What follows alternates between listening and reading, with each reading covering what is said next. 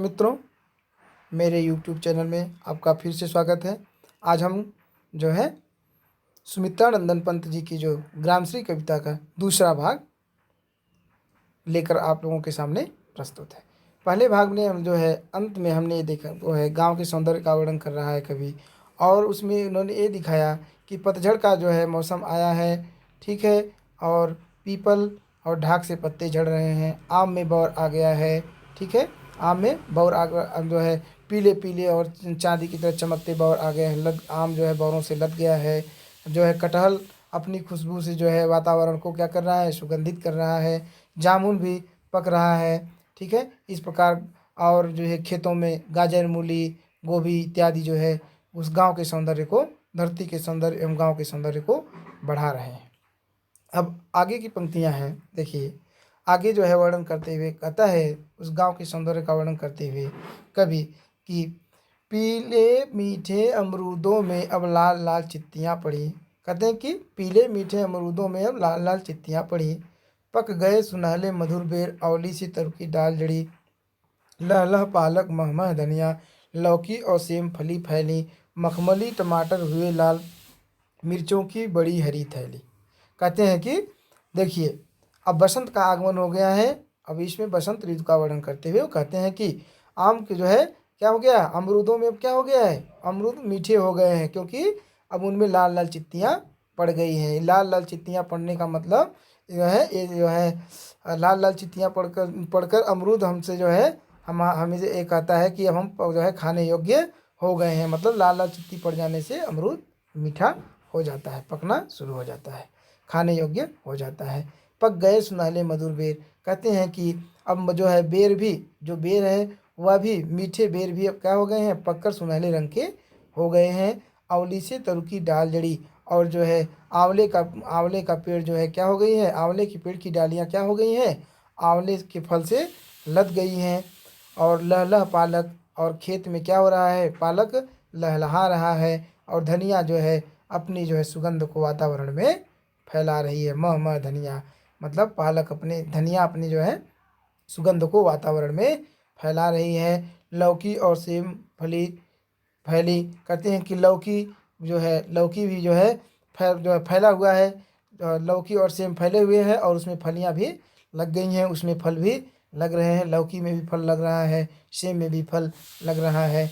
मखमली टमाटर हुए लाल, और टमाटर के पौधे में जो है जो टमाटर के फल लगे हुए हैं वो भी अब पक कर के लाल हो गए हैं और मखमल के समान मुलायम प्रतीत हो रहे हैं। मिर्चों की बड़ी हरी थैली, और कहते हैं कि मिर्च के पेड़ में जो है क्या हो गया है, गुच्छे का गुच्छा जो है फल लगा हुआ, मिर्च का फल लगा हुआ है। ऐसा लग रहा है ये फल, मतलब गुच्छा ऐसा लग रहा है जैसे ये वह कोई थैला प्रतीत होता हो। इस प्रकार वह जो है ये कवि जो है खेत की जो है गांव के सौंदर्य का वर्णन कर रहा है। गांव के सौंदर्य का वर्णन खेतों में जो है वहाँ के फसलों के माध्यम से करता है। फिर अब जो है अगली पंक्तियाँ देख लीजिए। बालू के सापों से अंकित गंगा की सतरंगी रेती, सुंदर लगती सर पर छाई तट पर तरबूजों की खेती। अंगुली की करघी, अंगुली की कघी से बगुले, कलगी संवारते हैं कोई, तिरते जल में सुरखाब, पुलीन पर मगरौठी रहती है। देखिए अभी पिछले में बसंत का वर्णन किया, उसमें जो है किसका वर्णन किया कवि ने जो है फलों एवं सब्जियों का जो है वर्णन किया कि किस प्रकार फल और सब्जियां जो है उस गांव के सौंदर्य एवं जो है खेत के सौंदर्य, धरती के सौंदर्य को बढ़ा रही हैं। फिर अब यहाँ जो है कवि क्या कर रहा है, जो है गंगा की तट का वर्णन कर रहा है, गंगा के तट के सौंदर्य का वर्णन कर रहा है। कहता है कि कवि कहता है, देखिए कि बालू के सांपों से अंकित गंगा की सतरंगी रेत, कहते हैं कि जो एक गंगा की रेत है, जो तट है, जो उस पे जो है क्या हुआ है, रेत पर जो है ऐसा ना, रेत पर जो सांप के जैसा चिन्ह प्रतीत हो रहा है। जैसे सांप जाते हैं तो अपना पीछे जो है, पीछे अब चिन्ह छोड़ते चले जाते हैं ना, तो बालू पे जब वो जाते हैं तो रेंगते हुए टेढ़ा मेढ़ा जो है लकीर खींचते चले जाते हैं। तो वह जो है गंगा की जो है रेतों में ऐसा पूरा जो है चारों तरफ लकीर ही लकीर, ऐसी लकीर दिखाई दे रही है जैसे लग रहा है कि क्या है कि सांप जो है इधर से गए हुए हैं और अपनी लकीरें छोड़ करके चले गए हैं। और कहते हैं कि जो है वो जो रेत है वो सतरंगी प्रतीत हो रही है, क्योंकि उस पर जब सूर्य की किरणें पड़ती हैं तो जो है जो है 7 रंग की चमक उसमें से वापस जो है आती है। ठीक है, चमचमाती है, सुंदर लगती सरपत छाई। फिर कहते हैं कि देखिए जो एक गंगा है, गंगा नदी के किनारे जो है सरपत के जो पेड़ हैं, जो घास, सरपत एक घास होती है, उस बड़ी बड़ी होती है ना, बड़ी बड़ी घास होती है। तो कहते हैं कि ये जो सुंदर लगती सरपत की छाई, ये जो सरपत की छाइयाँ हैं कितना ही सुंदर लग रही है, कितना ही मनोरम लग रही हैं, कितना ही आकर्षक प्रतीत हो रही हैं। और तट पर तरबूजों की खेती आप देखेंगे जब गंगा के किनारे जा कर के, तो वहाँ जो गंगा की रेत है ना, जो तट है, वहाँ पर तरबूजों और खरबूजों की खेती, सब्जियों की खेती होती है। ठीक है ना, पूरा आप देखेंगे जितना खाली तट दिखेगा पूरा सब्जी ही सब्जी आपको दिखेगा, उसमें खरबूजा सब्जी, मतलब गंगा के तट में जो है वहाँ खेती होती है। तो कहते हैं कि तट पर तरबूजों की खेती, अंगुली की कंघी से बकुले कलगी सवारते हैं कोई। तो क्या हुआ, तट पर तरबूजों की खेती हो रही है और अंगुली की कंघी से बकुले। और अब यहाँ देखिए गंगा जी के दृश्य का वर्णन करते हैं। ठीक है, गंगा नदी के दृश्य का वर्णन करते हुए कहते हैं कि देखिए कि यहाँ की अंगुली की कंघी से बगुले कलगी सवारते हैं कोई। ठीक है, कोई कोई बगुले क्या कर रहे हैं, पानी में बगुले शिकार कर रहे हैं, जो है गंगा के पानी में बगुले शिकार कर रहे हैं। तो कहते हैं कि कोई कोई बगुला क्या कर रहा है, नहा करके क्या कर रहा है, स्नान करने के बाद अपनी अंगुलियों से क्या कर रहा है, बाल संवार रहा है, कंघी कर रहा है। कोई कोई बगुला अपना बाल संवार रहा है और ठीक कर रहा है। तीरते जल में सुरखाब। और कहते हैं कि गंगा का यह मनोरम दृश्य देखिए कि बगुला तो कंघी कर रहा है अपने नाखून से, साथ ही साथ जो है इस जल में सुरखाब नामक पक्षी भी तैर रही है, जो सौंदर्य को और क्या कर रही और बढ़ा रही है। और पुली पर मगरौठी रहती सोई। और कहते हैं कि जो है सुरखाब पक्षी क्या कर रही है, जल में तैर रही है, वहीं जो है तट पर देखिए तो मगरौठी नामक पक्षी आराम से सोई हुई आनंद ले रही है। ठीक है, उस जो है वातावरण, सुंदर वातावरण एवं मधुर वातावरण का आनंद उठा रही है। ठीक है,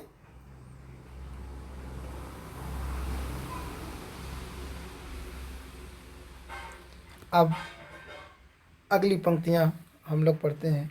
हसमुख हरियाली हिम आतप, सुख से अलसाए से सोए, भीगी अधियाली में निसकी, तारक सपनों में से खोए, मरकट दिव्य सा खुला ग्राम, जिस पर नीलम नभ आच्छादन, निरुपम हिमांत में स्निग्ध शांत, निज शोभा से हरता जन्म।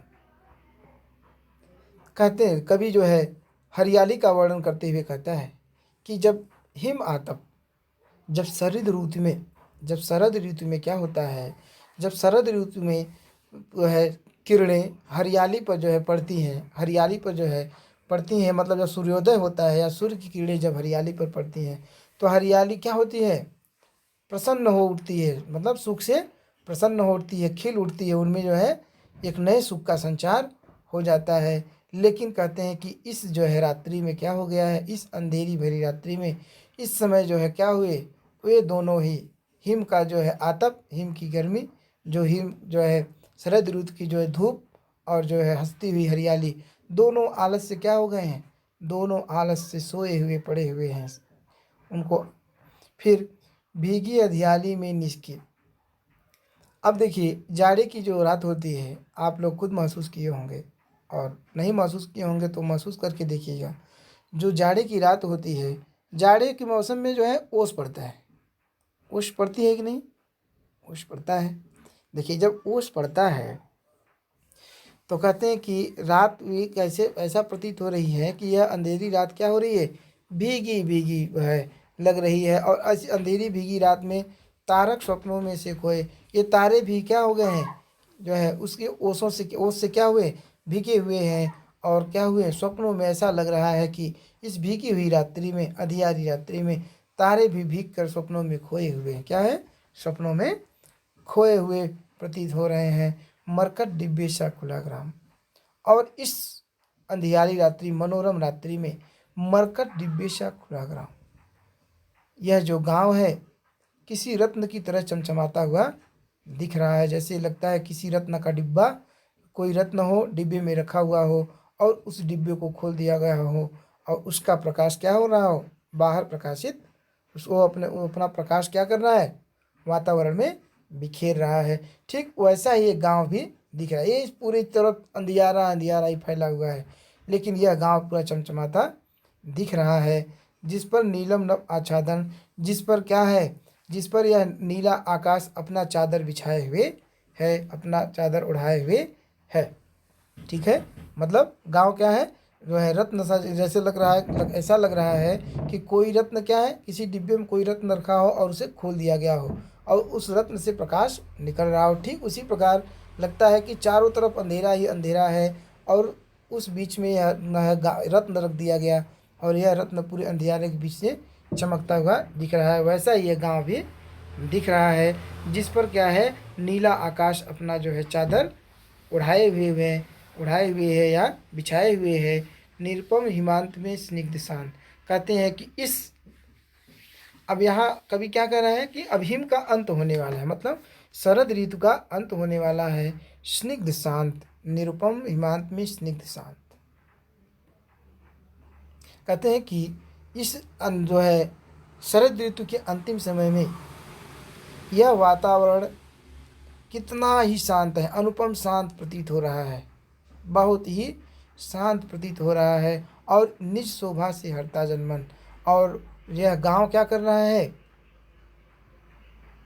गांव जो है क्या हो रहा है बेटा, गांव कह रहे हैं कि इसी शोभा से, जो इसकी ये हरियाली, चारों तरफ जो हरियाली फैली हुई है, अपनी इस हरियाली भरी शोभा से लोगों के मन को क्या कर लेता है, आकर्षित कर लेता है, लोगों के मन को मोह लेता है, लोगों के मन को प्रभावित कर देता है या कर लेता है, अपनी तरफ आकर्षित कर लेता है। हमने आज ये आपका पाठ पूरा हो गया। देखिए पाठ पूरा हो गया, आपने देखा कि कितना जो है सुमित्रानंदन पंत जी ने, ये देखिए एक जो है एक गंगा के किनारे के किसी गांव का वर्णन, कितना ही वहाँ की जो है एक गांव की हरियाली सी भरी हुई, ठीक है, वैभव को कितना ही मनोरम ढंग से हमारे सामने प्रस्तुत किया। ऐसा लगा जैसे लगता है कि हम कविता नहीं पढ़ रहे हैं, बल्कि जो है किसी ऐसे सुंदर गांव का, हमारा गांव भी ऐसा ही सुंदर है, आपका भी गांव ऐसा ही सुंदर है। गांव हरियाली से भरा हुआ होता है, ऐसा समय ही होता है कि चारों तरफ हरियाली हरियाली उस समय होती है, जिस समय का वर्णन जो है कवि ने किया है। बसंत ऋतु का वर्णन किया है, जाड़े की ऋतु, बसंत ऋतु और पतझड़ का वर्णन किया है। और गांव में जो है हम देखते हैं, महसूस करते हैं और उसको हम लोगों ने जिया भी है और वहाँ के लोग उसको जीते भी हैं। ये सौंदर्य कितना ही मनोरम होता है, कितना आकर्षक होता है, कितना अतुलनीय होता है, ये जो है इस जो है कविता में दिखाया गया है। मेरे प्यारे मित्रों, मैं तो यही कहूँगा, इस कविता को आप लोग जो है खूब अच्छे से पढ़िए और इसको, इस जो है सौंदर्य को अपने अंदर महसूस करिए।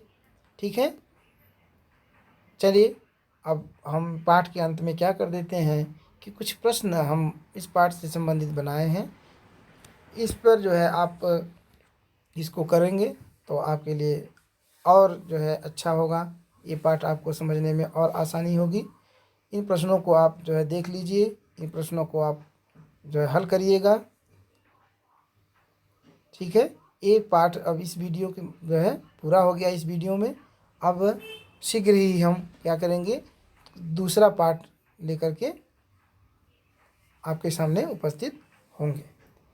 और जाने से पहले आपसे निवेदन है कि इस वीडियो को देखने के बाद यदि वीडियो आपको पसंद आया हो तो वीडियो को लाइक करिए, शेयर करिए और कमेंट करिए। मेरे चैनल को सब्सक्राइब भी कर लीजिए। नमस्कार प्यारे मित्र, नमस्कार।